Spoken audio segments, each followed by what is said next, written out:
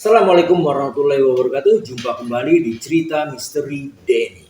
Terima kasih bagi sobat Denny yang sudah subscribe, like, share, and comment. Bang Denny doakan kalian sehat selalu, panjang umur, dan dimurahkan rezekinya. Cerita kali ini Bang Denny selalu dan lagi-lagi ditemani oleh Bang Andri. Kemarin itu Bang Denny menceritakan perjalanan jejak petilasan Raja Airlangga. Malah menceritakan kejadian-kejadian di Gunung Arjuna. Cerita kali ini memang Kerajaan Airlangga yang akan dibahas oleh Bang Andri. Ya Bang Andri, sehat Bang Andri? Sehat Bang. Waduh, gimana nih Bang? Kemarin itu malah kita nggak sengaja malah menceritakan perjalanan real kisah nyata Bang Andri sendiri di Gunung Arjuna ya. Malah awalnya kita akan menceritakan jejak petilasan Airlangga. Nah, kesempatan kali ini nih Bang, gimana nih Bang untuk Airlangga nih Bang? Iya, kemarin cerita pengalaman pribadi itu sama temen gue. Iya, malah nggak. Iya, waktu naik Arjuna. Arjuna benar. Akhirnya di situ gue ngulik kan, gila nih gue terus gitu kan. Nah disitulah mulai gue baca-baca artikel-artikel mengenai Gunung Arjuna nih. Iya. Sebelumnya juga emang gue suka juga sama sejarah Nusantara ya. Nah kali ini gue mau berbagi ini aja Bang, sebenarnya cerita wawasan lah Bang ya. Kita saling cerita tentang Kerajaan Airlangga, gimana sih jejak petilasannya di Gunung Arjuna dan Gunung Penanggungan ya Bang. Nah Prabu Airlangga itu dia itu sebenarnya dari Bali Bang. Oh, dari Bali. Dia punya terah di Bali. Terahnya dia Warmadewa kalau nggak salah. Berarti bukan Muslim ya Bang, sorry Bang. Ya kan ini kan perahnya pra Bali ya Bang. Sebelum Islam Bang. Oh iya benar. Iya kan? Iya lanjut. Ini cerita gue masuk gue kerajaan sebelum Islam datang nih. Iya. Gitu. Kalaupun ada Islam mungkin masih di pesisir, tapi di dalamnya tuh di pedalaman Jawa masih penganutnya banyakan Buddha gitu yang menguasai. Nah dia tuh sebenarnya kelahirannya Bali gitu. Dia nikah itu sama anak Dharma Wangsa Teguh gitu. Dharma Wangsa Teguh itu bapaknya itu Empu Sendok gitu. Empu Sendok itu pernah memerintah di Jawa Tengah. Dia dulu ada di Wangsa Sanjaya. Terus begitu kerajaannya hancur karena musibah bencana Gunung Merapi, bencana alam yang dahsyat letusannya, hingga pusat kerajaan itu dipindahin nih Bang dari Jawa Tengah ke Jawa Timur sama Empu Sendok. Di situ dia ngebuat wangsa namanya Wangsa Isyana gitu. Wangsa Isyana. Kan ada Wangsa Sendra, Sanjaya. Empu Sendok itu Wangsa Isyana. Dipindahin lah kerajaan itu ke timur gitu karena bencana besar nih Gunung Merapi hancur nih, debu vulkanik mana-mana, candinya juga udah banyak yang rubuh, patah gitu ya, pokoknya namanya bencana gunung Bang, gempa apa segala macam. Nah akhirnya pindahlah kerajaan itu ke timur, dibangunlah sama Empu Sendok. Empu Sendok punya anak Dharma Wangsa Teguh. Kemudian Dharma Wangsa Teguh itu mendirikan kerajaan, diserang sama kerajaan dari Palembang, Sriwijaya. Sriwijaya sebenarnya itu kerajaan ini yang nyerang itu namanya Warawari. Itu daerah kerajaan dengan jajahannya Sriwijaya. Jadi disuruhlah sama Sriwijaya nyerang ke kerajaannya Dharma Wangsa Teguh gitu. Nah meninggallah Dharma Wangsa Teguh gitu, naiklah Airlangga. Penerusnya Airlangga karena udah dinikahin nih Bang anaknya Dharma Wangsa Teguh sama Airlangga. Otomatis Airlangga yang naik. Jadi buronan si Airlangga. dikejarlah sama pasukannya Warawari yang dari Sriwijaya itu. Dia ngumpet ke hutan-hutan gitu kan, ke desa-desa terpencil, ketemulah sama Empu Kanwa gitu.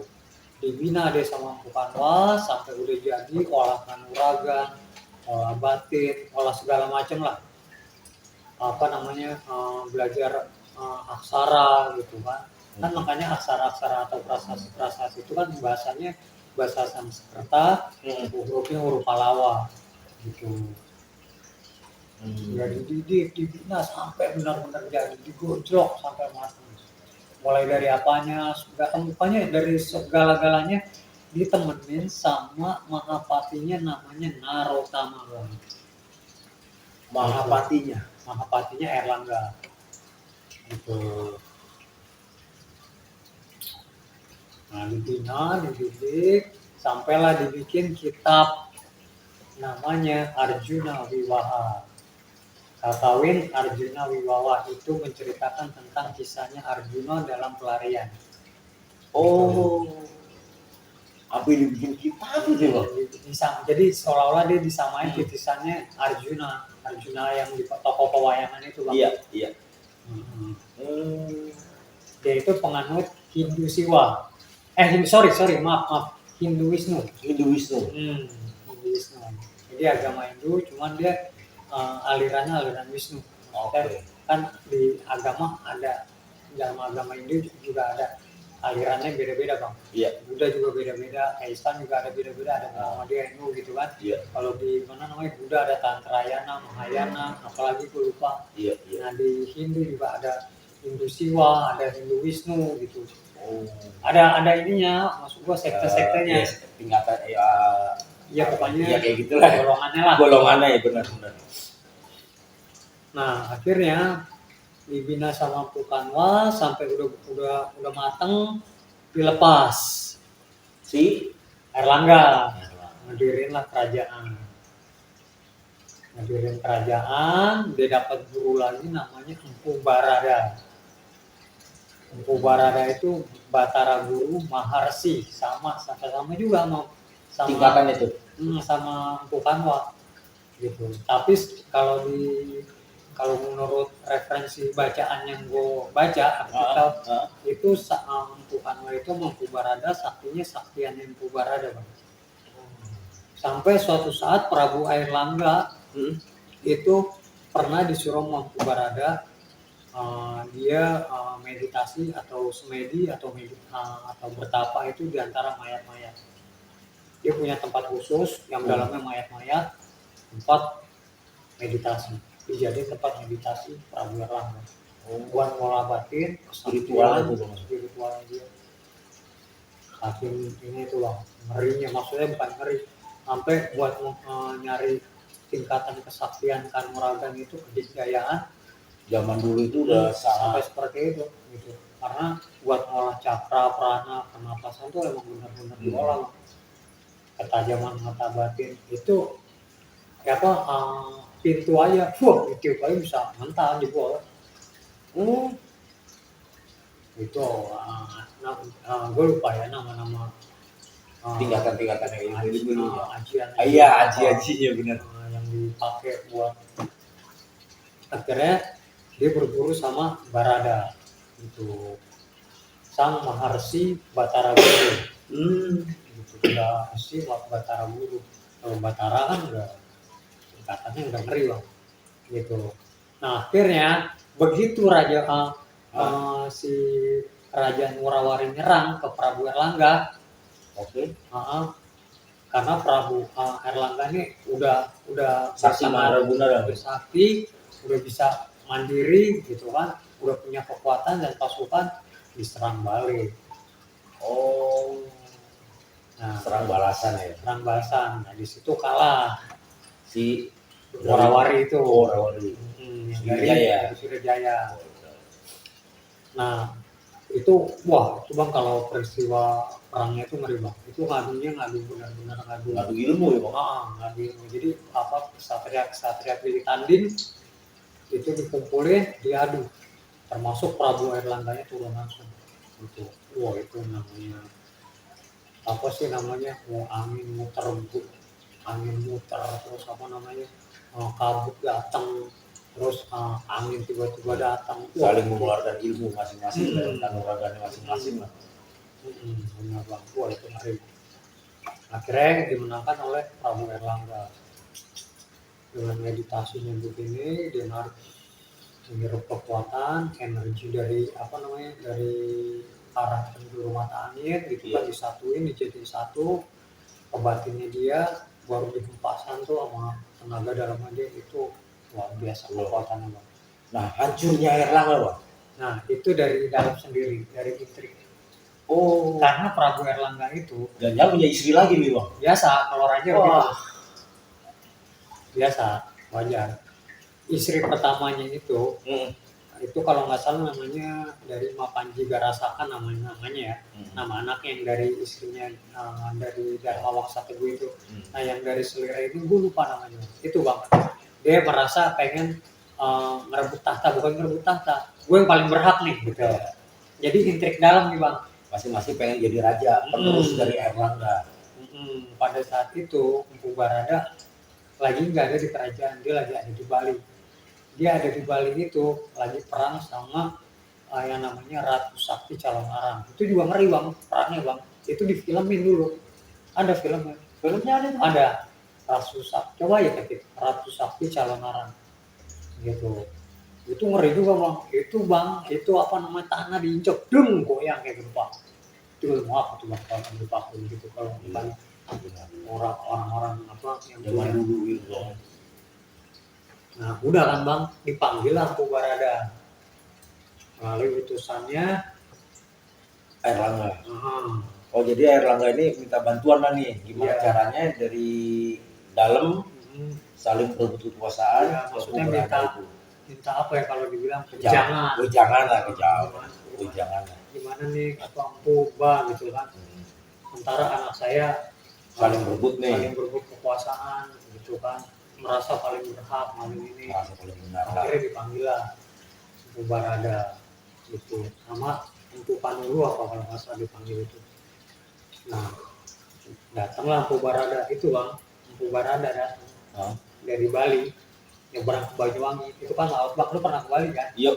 Nah itu kan di situ tapang kan, maksudnya antara Banyuwangi sama nama pelabuhannya kan Gilimanuk ya. Gilimanuk benar. Sama Banyuwangi sama apa namanya, Pulau Bali. Itu kan Iya. laut. Itu Empu Barada nyebrang itu cuma pakai daun bang. Kebayang nggak bang? Saya kira terbang begitu, Bang. Pakai daun, jalan di daun. Oh, jadi pijakan itu pakai daun di Lempar jalan, lempar satu jalan, lempar satu jalan. Nyampe lah di Banyuwangi. Banyuwangi. Gitu. Mungkin dari situ terbang kali pakai meringankan tubuh.